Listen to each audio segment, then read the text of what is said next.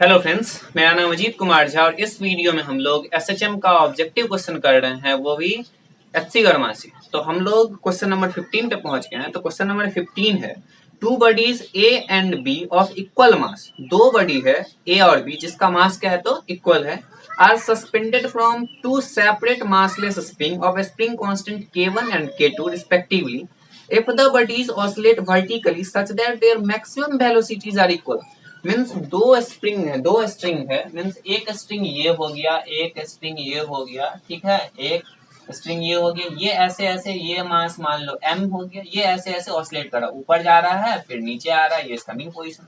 ये तो पहला स्ट्रिंग हो गया, इसका स्प्रिंग कांस्टेंट कितना है तो K1 है, सॉरी स्प्रिंग है, स्प्रिंग कांस्टेंट कितना है K1। अब दूसरा एक स्प्रिंग है, उसका भी मास कितना है तो मास तो m ही है और स्प्रिंग कांस्टेंट लेकिन कितना है तो K2, ठीक है।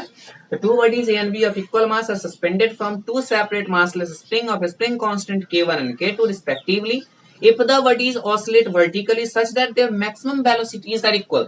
वो एक चीज हम लोग देखते हैं, वेलोसिटी का एक्सप्रेशन क्या होता है तो वेलोसिटी इज इक्वल टू होता है ओमेगा रूट अंडर ए स्क्वायर माइनस कितना एक्स स्क्वायर। भी मैक्स कब होगा, वेलोसिटी जो है सो मैक्सिमम कब होगा तो वेलोसिटी मैक्सिमम तब होगा जब x का वैल्यू जीरो रखो तो ये क्या हो जाएगा, ये मैक्सिमम तो इसका रूट मैक्सिमम मींस मैक्सिमम। तो भी मैक्स का जो एक्सप्रेशन आएगा वो क्या आएगा तो a और कितना तो ओमेगा, ठीक है। तो इस दोनों का जो है तो क्या है, वेलोसिटी मैक्सिमम भी क्या है तो इक्वल है। मीन्स इसका वेलोसिटी मैक्सिमम, इस कांस्टेंट का जो वेलोसिटी मैक्सिमम होगा वी मैक्स वो कितना होगा तो ए होगा और ओमेगा होगा। इसका भी कितना होगा तो ए होगा इंटू कितना ओमेगा होगा वी मैक्स, ठीक है, ओमेगा। अब बोल रहा है तो ratio of the amplitude of A to that of B. अच्छा मान लो इसका ए का हम लोग A1 मान लेते हैं, इसका हम लोग A2 मान लेते हैं। तो हमको पूछ रहा है A1 बाई A2 का वैल्यू क्या होगा, ठीक है।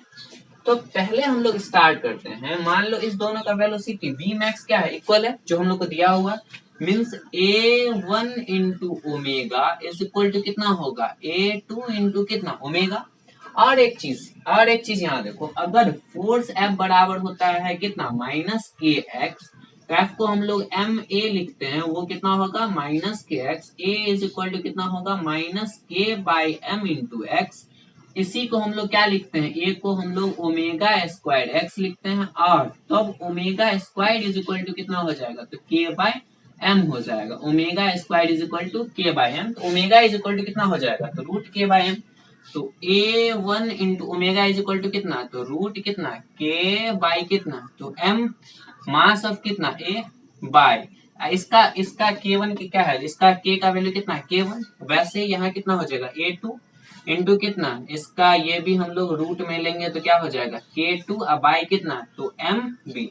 हमको पता है मास ऑफ ए जो है वो मास ऑफ बी के इक्वल है, तो mass of A mass of B cancel हो जाएगा, तो A1 बाई A2 का जो वैल्यू आएगा वो आ जाएगा रूट K2 बाई क्या तो K1।